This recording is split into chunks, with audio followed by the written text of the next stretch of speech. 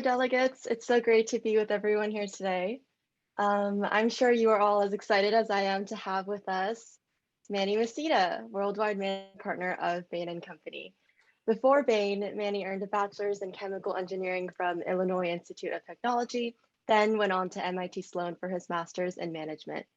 Since joining the Bain family in 1988 as a consultant, Manny has taken on many roles at Bain, including Chairman of Asian Pacific Operations, Global Head of Recruiting, and now Worldwide Managing Partner since 2017. He's known for his specialization in full potential transformation, whether the industry be everyday consumer products or energy. My name is Minsoo Kwon. I'm an associate of conference programming here at HPAIR and a sophomore at Harvard studying neuroscience and economics. I'd like to now bring in my colleague and president of HPAIR, Zeel Patel. Hi, so I'm Zeel. I'm the president of HPAIR, and I'm a senior at Harvard studying computer science and neuroscience. And I'm generally interested in technology and all of the fantastic work that Bain and other organizations are doing to drive technological progress. And so with that, right back to you, Minsoo, to kick off the rapid fire questions for Manny. Okay, Manny, to kick off this session, we wanted to start with a round of rapid fire questions to be answered in 45 seconds or less. Are you up for the challenge? Okay. I'll do my best. All right. So consultants travel quite frequently, and I'm sure you must miss the feeling of visiting other countries, either for work or pleasure. What is your favorite country in the world to visit and why? Well, probably the obvious one is the Philippines. I've been living in the United States since the early 80s. And every time I have a chance to come back to my homeland where my family still is, that would be number one. But other than that, probably Japan for the combination of the efficiency of getting around and the food. And Osaka in particular for me is the best place to eat in the world, perhaps. Fantastic. Okay. And then the next one, your mother was the CEO of the biggest film production company in the Philippines for the delegates who didn't know. And so if you had to pick one film or movie that influenced your worldview or personal growth the most, what would you pick and why? You know, growing up, Zeel, watching movies that my mom picked, I'm not sure that any movie influenced my worldview. Movies for me is more like escapism and as a fan, but I'd probably say my preferred the movie I've probably watched the most for sheer enjoyment, The American President. Not that it reflects my politics or anything, but the combination of drama, romance, and I am a big Star Wars fan too. So Empire Strikes Back, can't go wrong with Yoda. Han Solo is good too. Great. And as an alumnus of MIT Sloan School of Management, do you have like a Boston specific memory or favorite place here that you would recommend? You know, my roots in Boston go long, Minsoo. So I was actually born there. Strangely enough, my dad was a grad student at Harvard Law in the early 60s. So I spent the first 5 months of my life in Boston before growing up in Manila. So the idea of heading back someday, and so when I finally got to go, the first place I went to was Fenway Park. For those of you know, I'm a baseball fan. I grew up playing Little League and Pony League in the Philippines, and my dad always told me, he took me as a baby to Fenway, and his favorite player, the great Carl Yastrzemski of the Red Sox, hit a home run. So every time, so when I ended up getting to Boston years later, I made my pilgrimage to Fenway. And by the way, now Yaz's grandson plays for my local team, the San Francisco Giants. But and many of my kids, so I've lots of roots in Boston. I got married actually in Cambridge City Hall, which is Lyra Mead, Justice of the Peace and One Witness. And our first child was born in Mount Auburn Hospital, not far from Harvard Square. So we have lots of connections there, even though I've only lived there actually full time for the 2 years I was at MIT. But I like to think I'm a Boston boy in some parts of my heart. That's awesome. Okay. And then we know as the worldwide managing partner of Bain, you certainly must have a lot of meetings in a day. And so what we wanted to ask was, in a typical day, how many hours do you think you're on Zoom, and how do you combat Zoom fatigue? There's pros and cons to a Zoom. And Zoom's CEO is actually Eric's a good friend of mine. Um, Before Zoom, meetings in the day, especially at sort of the CEO level, might require, a lot of process and ceremony. You'll fly to a country, you go through security, for a relatively scripted, structured 30, 45-minute meeting. There's something incredibly efficient from a time, as well as incredibly efficient from your carbon footprint to doing work by Zoom. So in Zeal in a day, probably 7 or 8 meetings. When you're doing a global firm, the U.S. West Coast usually gets the, especially if it's a group meeting, usually gets the early morning slot.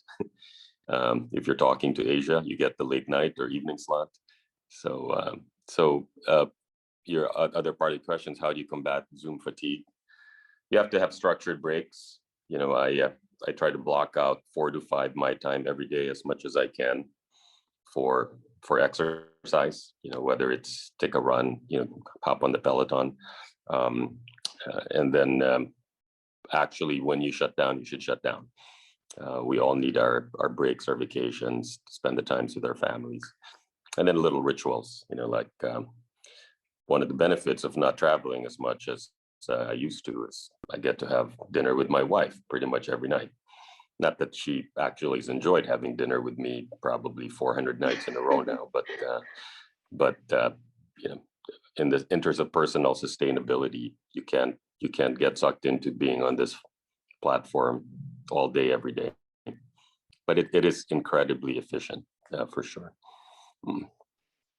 And speaking of meetings, as the worldwide managing partner of Bain, I'm sure you get the opportunity to engage with many world leaders on a day-to-day basis. But if you could pick any one person throughout history to have dinner with you, who would you select and why? I guess closer to home, I've always wanted to have dinner with both of my grandfathers, who I never really got to know. They both passed away when they were young, and they were achievers in their respective careers in post-World War II Philippines, and raised large families that I'm a part of. Probably the more traditional answer to your question is, for me, would be Da Vinci. As a curious, I'm an engineer. I like making things. I have multiple interests, and so to talk about how all of those potentially come together in a way that's probably that would be a cool dinner. I'm not sure dinner is a good format. If I could actually transport myself someplace, I'd sort of hang out with the Beatles during the recording sessions of Sgt. Pepper's or Abbey Road, but that's not exactly dinner. No, that would be very cool. All right, so that's the end of our rapid fire section. And so now I really just wanted to jump into your personal background and sort of the early days of your college experience before you started working. So there's a couple of famous stories that come to mind. One was the story we learned about persuading Jack Welch to speak at MIT when you were a Sloan student there. And then the second one was how you heroically handled the grenade incident. And so without spoiling that, what I wanted to ask was, could you describe these 2 stories for us? And then just broadly, how did some of the early lessons you drew in your college and your time at your college career and time at Sloan influence your career overall? Sure. This will probably take longer than 45 seconds, but maybe we're past the rapid fire part. Yeah, And those, that's sort of a funny story that took on a life of its own. So maybe the historical perspective, Zeal. I said I grew up in Manila, and I actually started my undergrad at the University of the Philippines. When my dad actually escaped from the dictatorship of Ferdinand and Imelda Marcos, who ran the Philippines in the 70s and early 80s. And the United States granted him political asylum. And I went to visit him one summer, and he prevailed upon me to stay. And I was able to transfer. I finished my degree at the Illinois Institute of Technology in chemical engineering. I wanted to be an engineer growing up. I liked Lego was my favorite toy, and chemistry kit was my second favorite toy. So chemical engineering was natural. And the reason I ended up being interested in Jack Welch is my first job out of college. I joined the DuPont company in the plastics, in the high performance plastics division.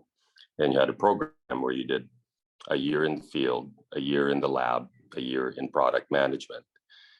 And at the end, you're supposed to get ready into management. Instead, most of us in my class then went off to business school because we realized if you like all of those different things, perhaps business is better than engineering. But the reason for Jack Welch is the main competitor of DuPont high performance plastics was GE high performance plastics.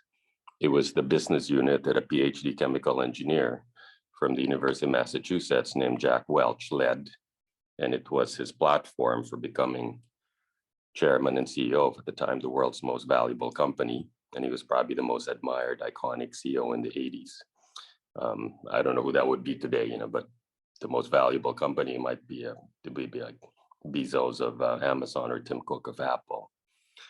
So when I got to MIT, and I was in a job not that dissimilar from what you have, Zeal, where I was organizing in my second year CEO guest speakers.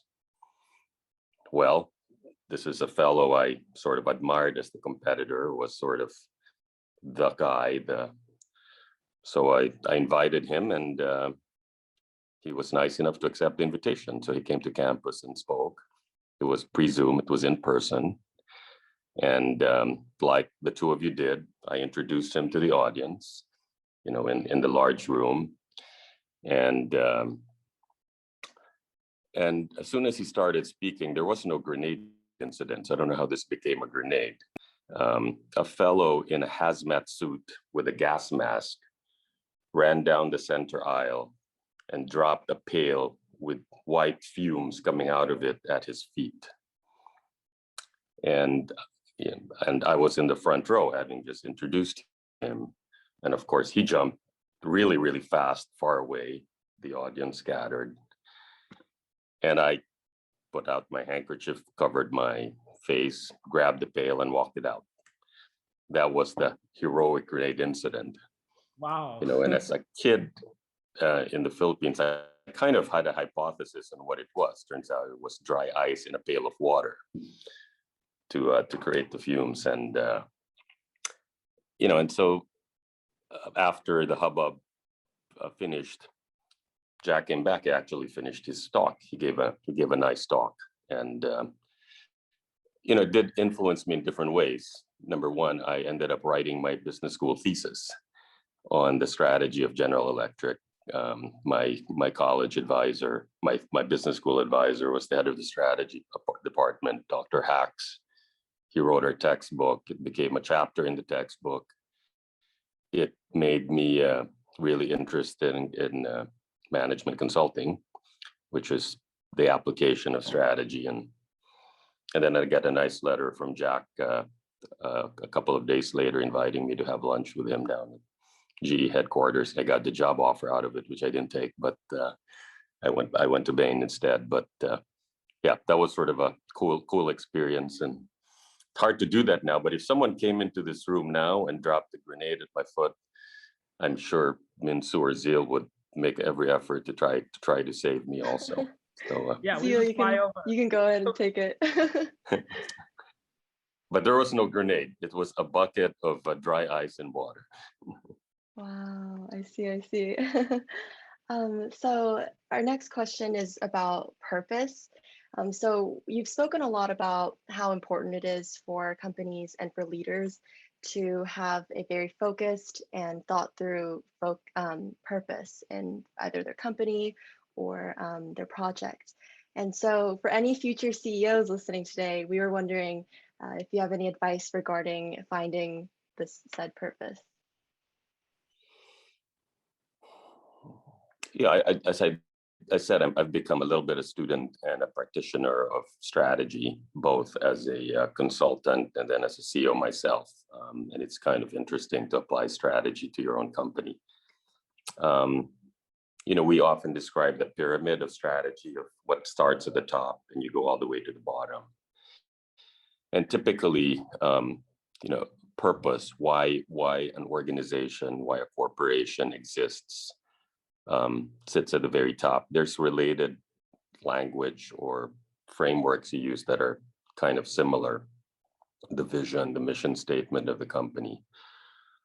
But generally, being very clear as to why a company exists is pretty important, because it's sort of a North Star for what the company does. It's also, in today's world, a pretty important reason why the workforce of a company joins a company and stays, or often why the customers of a company buy the company's product and stays. And loyalty matters so much. All of you happen to choose, or many of you somewhere happen to choose Harvard as an organization you would affiliate with. Why does Harvard's purpose matter in your choice? We all have choices on who to work for, what product to buy. And now more than ever, the clarity of the company's purpose, the company's mission, you go down the pyramid, the company's strategy to achieve the mission, the company's culture and values to make sure the strategy actually gets implemented and stays and allows the company to thrive across multiple generations. That's what I mean by the pyramid. And then all the set of things in the bottom that you actually do every day.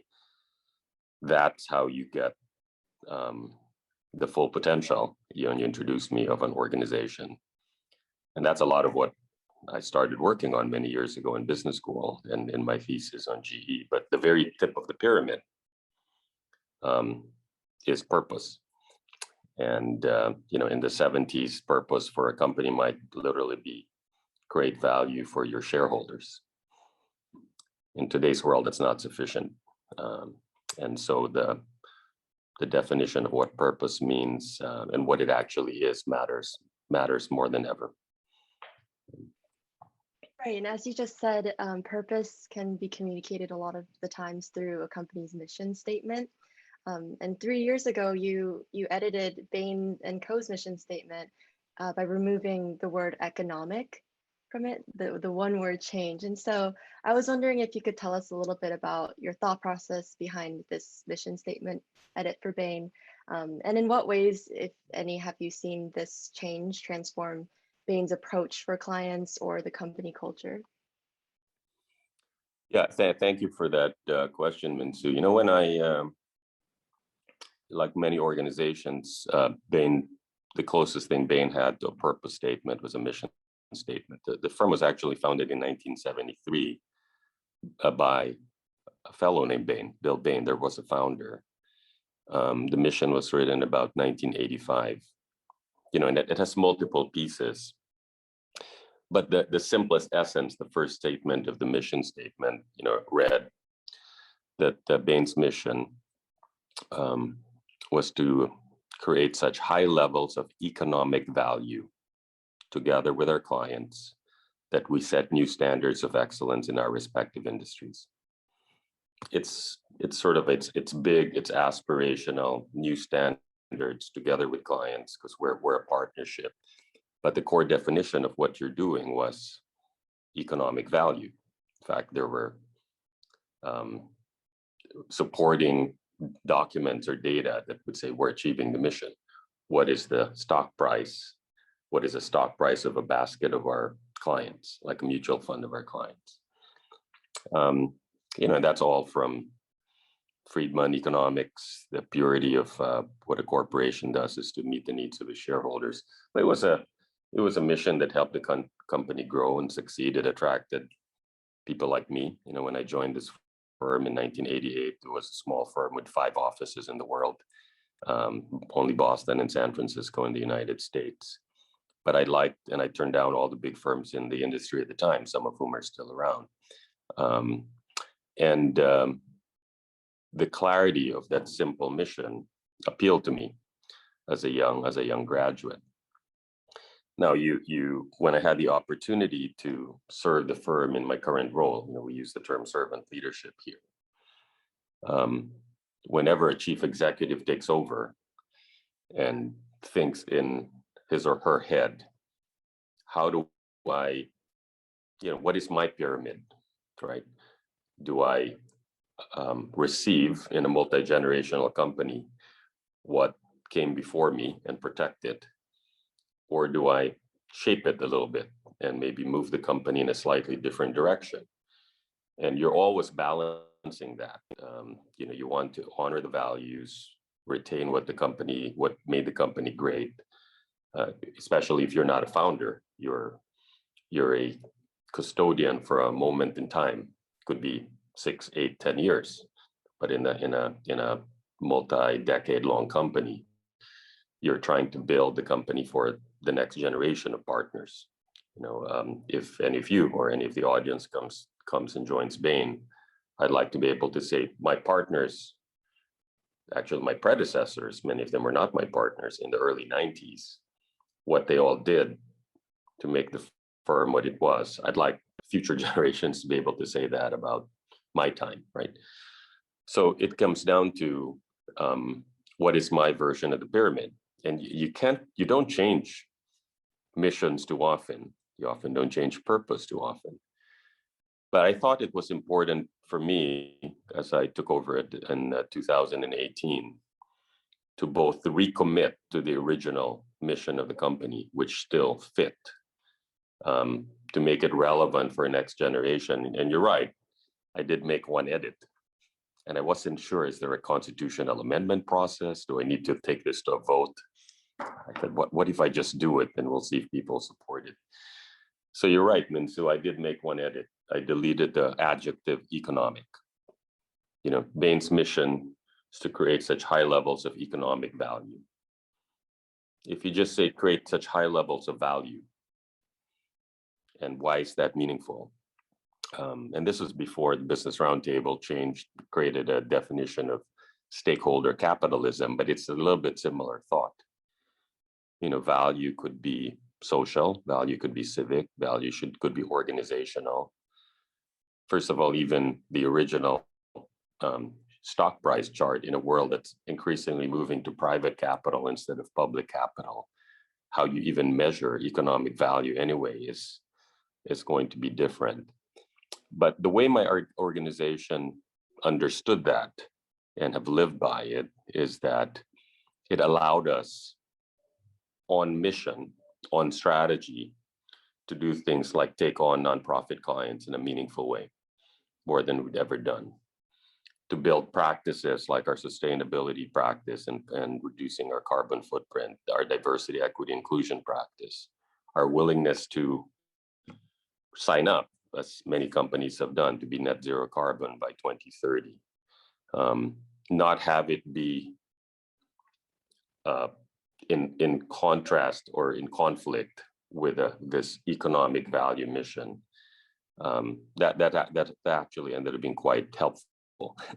And so and by the way, it hasn't reduced the commercial success or frankly the economic outcomes of the company itself. We have grown faster than we ever have. We have the highest client demand that I've ever seen in my history. One of the painful things we're doing now is deciding which clients to take on versus not, because we have to say no in so many situations. And even that statement allows us to make conscious choices that prioritizing a nonprofit client in today's world of allocating resources, because that means I'm going to decline a for-profit client. But we can do that if you have the umbrella of the enhanced mission statement and broader purpose that we're doing. So I'd like to think it's made a difference and helped our organization embrace a more sophisticated role in society. No, that's certainly a powerful way to expand scope. So thank you for sharing that. The next thing I'd like to ask about is sort of mentorship in your life and your belief in the power of it. Because in one of your Go Boldly articles, you shared 5 mentorship lessons that you've learned throughout the years. And one that was particularly striking to us was your advice to consider reverse mentoring, which was essentially, as I understood it, seeking mentorship from younger generations. And even at Bain, you initiated a reverse mentorship program where digital natives sort of tutored older generations on the best way to use technology and social platforms internally and in their lives. And so what I really wanted to ask was, has there ever been a reverse mentor over the course of your career that you felt was particularly impactful, and sort of why? You know, I agree, Zeal. I learned this early at Bain, that mentorship is a two-way street. And I give a close friend of mine, who was actually my first boss at Bain, a fellow named Ken Theory, who ended up building and running an organization called DaVita. You know, you can visualize, I'm in week 6 of my 10-week internship. And it's consulting. So we've just done a project. The project happened to be kidney dialysis, the kidney dialysis division of Baxter Travenol, a big healthcare company at the time. I think most of it's now called Baxter Healthcare.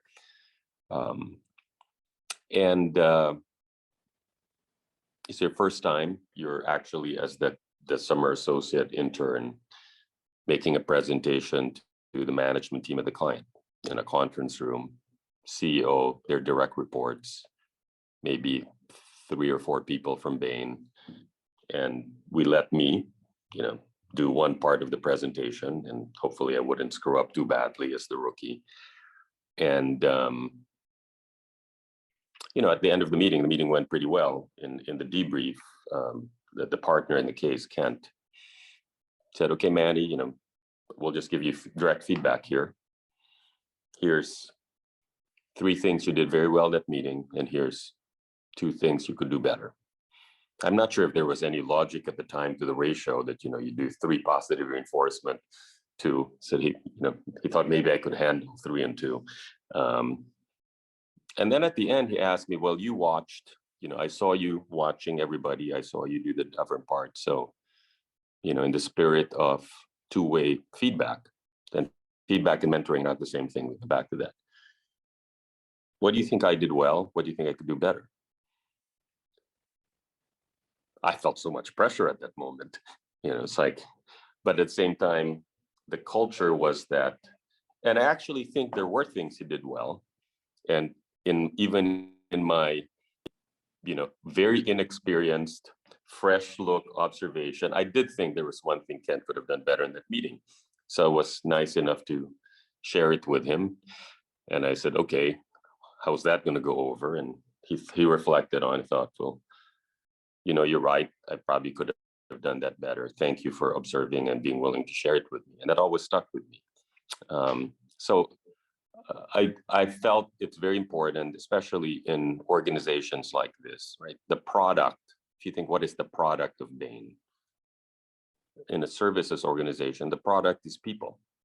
You can argue the product is a service, it's intellectual property, it's idea. But at the end, what the clients, the customers are buying is people. And unless you make the people better, the product will, you know, will not keep getting better. So mentorship has really mattered, and because of technology and development, there's no monopoly on intellectual property or experience of someone who just happened to be there longer. That's why reverse mentorship matters. You know, for me, the easiest ones, candidly, have been my kids. Because, you know, if I did my job as a human being, hopefully I was able to help bring kids in the world who make our species better. And my kids have, so on tough decisions, I have 4 children. A couple of them have actually worked at Bain, and they're all in different fields now. But for a lot of decisions along the way, as well as coaching, as well as very tactical things, I've been able to go to all four of them. One is still a college sophomore who are in the workforce. One is in a college sophomore, and there's a few things I'll still go to DJ for. I should have invited him to come, by the way, but Right. We would have loved to ask if he enjoys this reverse mentoring process as well. you should ask him. He's not in Cambridge. He's in some alternative institution in Palo Alto. Right. So given that HPAIR's Asia conference theme is reinventing with resilience, I wanted to ask you some questions about resilience in the context of Bain & Co. and your work. So the first sort of topic within resilience is fostering racial inclusion. And recently you were honored as one of 100 influential people of Asian and Pacific Islanders descent with a 2021 Gold House Award. Congratulations for that. And meanwhile, Bain recently became a founding partner of the Asian American Foundation, an organization aimed at fostering racial inclusion.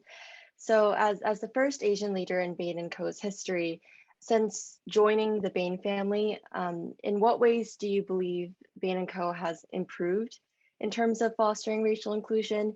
And are there still ways that you hope to see the management consulting industry sort of tackle industry-specific obstacles that AAPI face? This is a pretty broad-based question. I mean, so, and you've zoomed in a little bit on the Asian part of it, or in the U.S. it's called AAPI. You know, it's a very large umbrella term in the census, which encompasses arguably many different races. But if you broaden the issue of race in society, as well in our own company, inside our walls, which is one part of the question, and how organizations can influence it outside of our walls, which is another part of the question. This can be so multifaceted. We can take this in many different directions. I'll start with race in particular. When you look at this in a global context, is a very by itself, that's a big, complex global issue.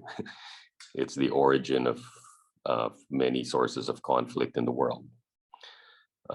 When you take race inside a specific country, which is it's sometimes a very national issue. Race in America versus race in Germany versus race in Japan are very different. Are very different issues. So you have to take it almost, in a very different context as well. And then inside a company is obviously, and then for you personally. So this is sort of multifaceted. I'll start with a company perspective as it applies to everything going on. We believe in inclusion. We believe in diversity. We believe in racial equality. It's part of the reason I was attracted to the firm, even though this firm at the time was heavily, straight white male leadership founded, which is how most corporations or services were done. But even from the early days, when I was coming as summer associate, and seeing that we had men and women, and Asian men and women, even in our San Francisco office at the time. I felt this was an important, we went back to the earlier issue of purpose and values, purpose and mission. Part of the mission of Bain to achieve that outcome is to create a community of extraordinary teams. And I always thought, what's a great team? What makes it extraordinary? And diversity mattered. Having people with different backgrounds, different skills, different experiences, all of that mattered to me. That's why I wanted to join the firm. So that's pure, that's noble, that's what we're all trying to do, what we're trying to accomplish. And so as I watched our firm grow from the 5 offices, I joined in '88 to now, I guess, we announced 61 and 62 this year, Manila and Ho Chi Minh, and 63 and 64, we already announced internally. They're both in the Americas. We haven't announced it externally yet, I don't think. I wanted to see this continuously growing, globalizing firm, fully embrace racial equality, racial inclusion in all its ways. And that we can have a long sidebar on the issue of Blacks in America, which is a challenge. And before I did have Bain join the Asian American Foundation, I had to join an organization called 110 to address it, especially last year after George Floyd. And there's a long separate set of issues on Hispanics or Latinos in America or Latinx. The issue of Asians, either in America or global in an organization, again, if you just want to narrow down on that, it's so complex and multifaceted. But at the core of it is, if you believe in racial equality and inclusion, what steps should we take inside the walls of our organization and outside the walls of our organization to enable that, to make that better? And I always felt like many of you, as high achieving Asians, will always feel this complex identity issue around what defines me.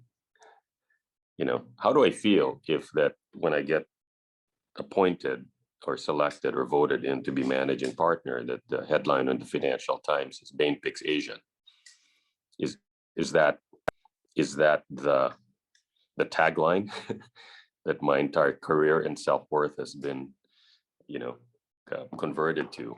Not all my accomplishments, but that's kind of interesting, cool news. Bain picks Asian, right? From this world you want, where it shouldn't matter whether I'm Asian or Black or Latino, and so that's always the all the complex set of issues. And for me, it's just, okay, I happen to be Asian. I'm Filipino. I embrace that. I enjoy it. I don't shy away from it. In fact, I've always viewed it as an enabling source to help build relationships with many different cultures.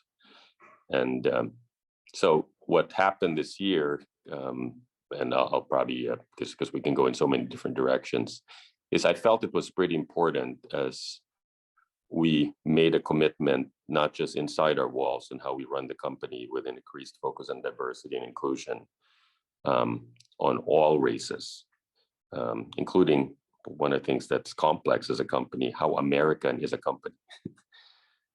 It's not even the race. It's like, I'm American now.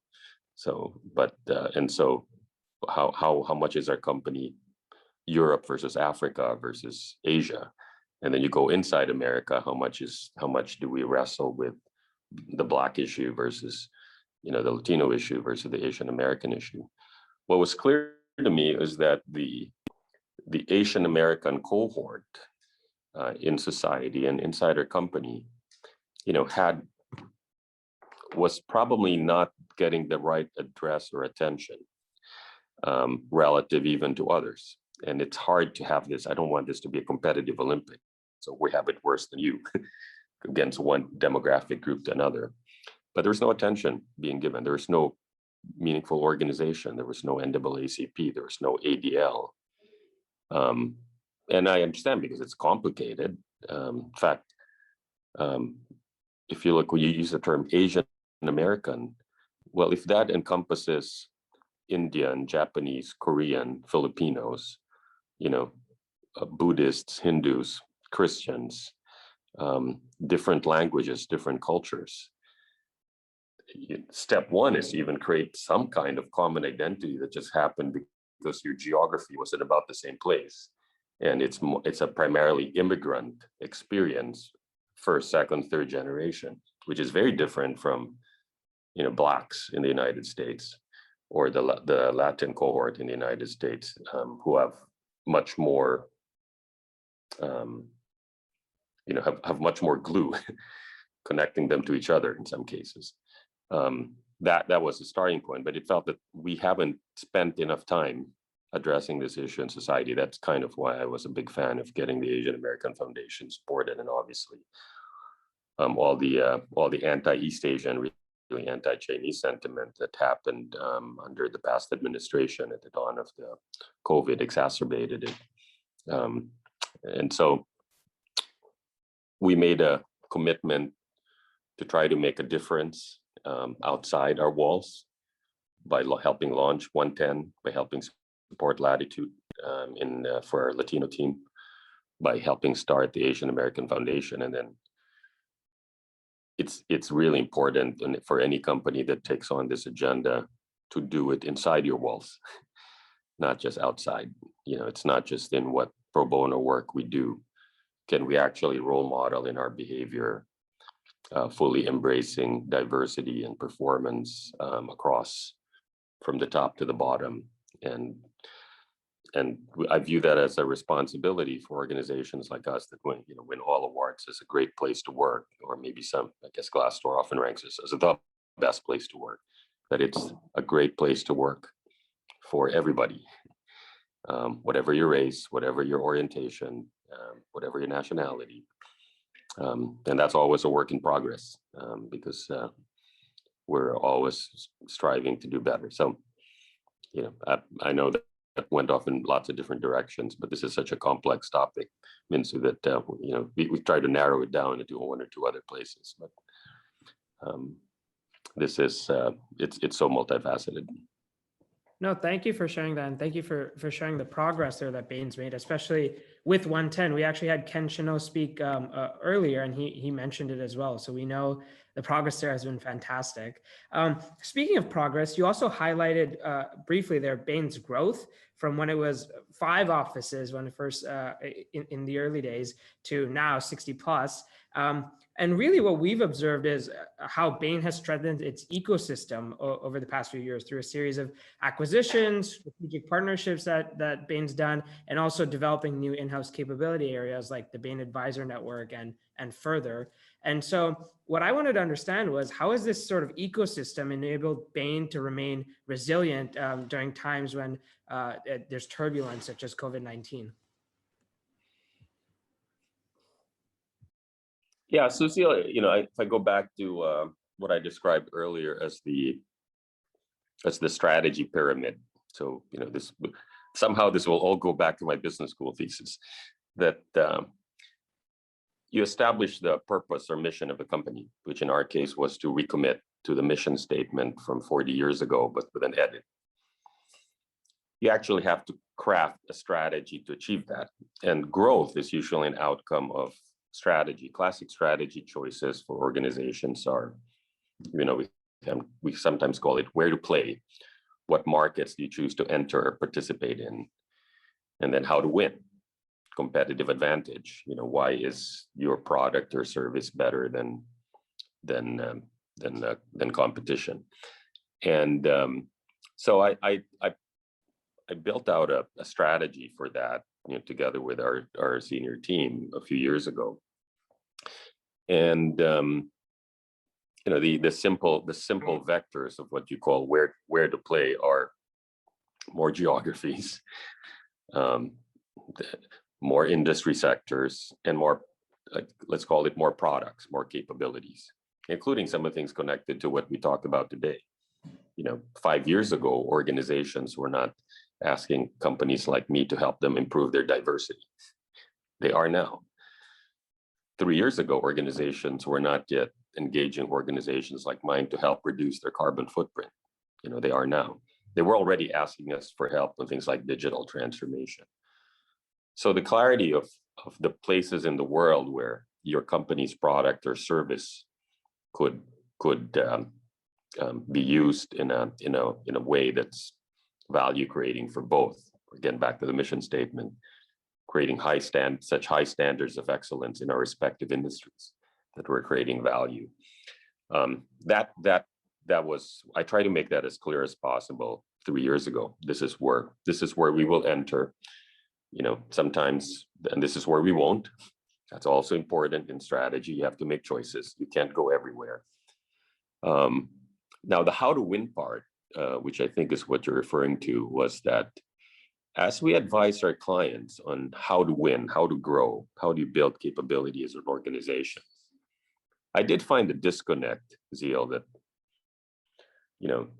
for many of our clients, M&A, acquiring some capabilities to strengthen your capabilities as a firm, we felt was a legitimate path to do the how to win part, to get more assets, to leverage it more.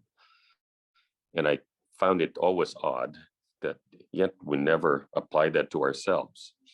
Somehow it's okay for our clients, but for us, it better be only organically created inside our walls and thought up by one of our smart consultants. So, once I started on the path of making thoughtful acquisitions, while protecting the culture, we've now done 14 in the last 3 years. And candidly, every single one has been accretive. It probably means we're not doing enough. And then you use the term ecosystem. We also said, you also don't need to be the owner of every asset that you're bringing.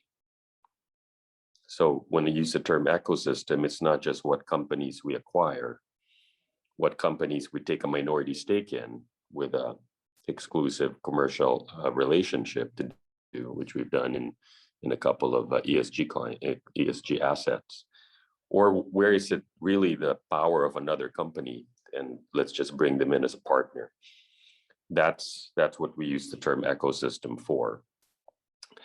And frankly, the success has been amazing.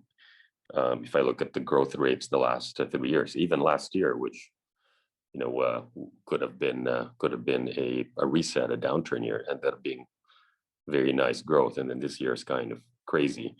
I mentioned earlier so working strategy, choosing new places to play, growing fast, outgrowing all of our competitors, building new assets. And then you're right, you also have to take this through a period which we kind of knew was coming, some kind of economic downturn, right? The world was not set up for expansion forever, and it had been a decade. So in all of our plans, we knew there would probably be some downturn. In fact, our basic planning had suggested when pre-pandemic, might be 21 or 22. And it's very important in a downturn, if you know that you'll do it well, there are periods of meaningful strategic shift. And gaining share after the downturn is only possible if you invest in it, which requires courage and conviction. So then the pandemic happens, and it's not just an economic downturn, as we all know. It upended everything. It's health, it's safety, it's business model. We're not in our offices, we're not traveling, we're doing conference via Zoom. It went from my friend Eric wanting to sign up Bain to be a client of Zoom to say, well, everyone's now a client, a customer of Zoom. Also, by the way, Microsoft Teams and Google Hangouts, and having your strategy actually be tested by the conditions we're in. I think that's why you brought up the term resilience. Yes, that's it's important as you build strategies to prepare. Often there's stuff that's going to happen you didn't prepare for. So is the organization going to have the resilience to withstand shocks to the system? I'd say what's happened in the last 18 months has far exceeded our expectations. I don't know that any of us expected that from a client demand standpoint. Obviously, all the uncertainty in the world creates more demand for high quality strategic consulting advice. The fact that clients became comfortable that advice could be delivered via virtual and remote technologies was probably a big surprise. I'd say the hardest part, by the way, in terms of the resilience has been on our people and our team. And so I'm not sure any of you who are deciding I'm not sure any of you, when you sign up to go to Harvard, said, you know, we'd like to have our college education happen from our bedroom in Dubai rather than in our classroom in Cambridge. And that's the same thing when you graduate. You know, you don't want your work education to be delivered from your flat wherever you are. You want the experience of co-creating and working with teammates and meeting clients. And, you know, so I think what happens post-pandemic will continue to be a good question. We're all working very hard to solve and continue to have an organization like us to be the best place to work, while work itself has probably changed in some ways forever. Mm-hmm. Great. And speaking of technological development like Zoom, that's helped us throughout COVID-19, we actually have an audience question from a delegate named Seth Alfred. He says, "Hello, Manny. I am a Filipino myself. In your opinion, how can we promote technological development and advancement in such a way that it doesn't overlook the most rural communities?" Yeah, thank you for the question. I do think that's also a very complex and multifaceted question. It goes back to the definition of value that I discussed earlier. So if you look at, you know, pure economic value from the perspective of technology companies, and that's all they wanted to do, that will translate to where they deploy their technologies, you know, who gets to buy it, who gets to use it.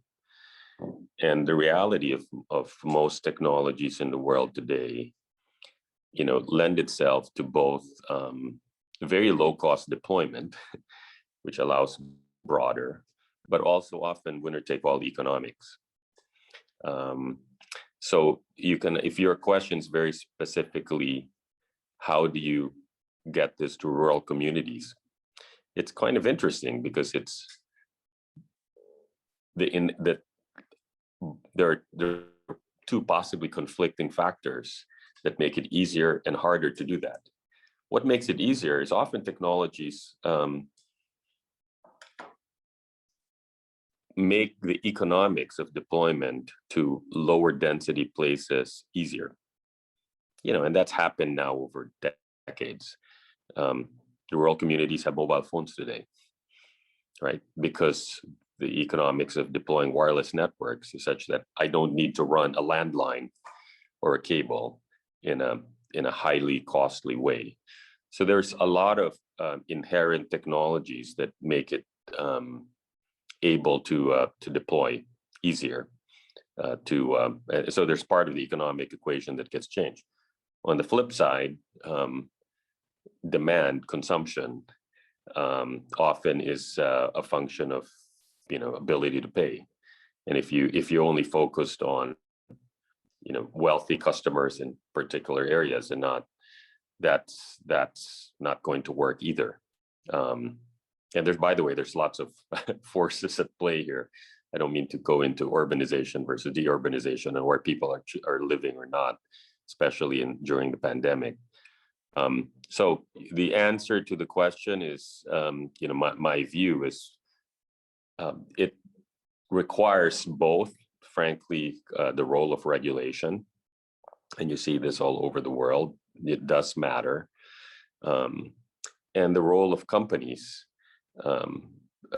also matters. And so as more companies take on the definition of stakeholder capitalism, everyone's equivalent of deleting the word economic and having more of a social good aspect to it.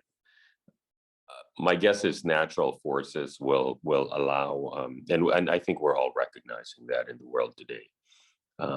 We have to bring countries along. We have to bring, you call it rural populations, but I'll use that as an example term for market segments, customer segments that might not be naturally easily served using classic,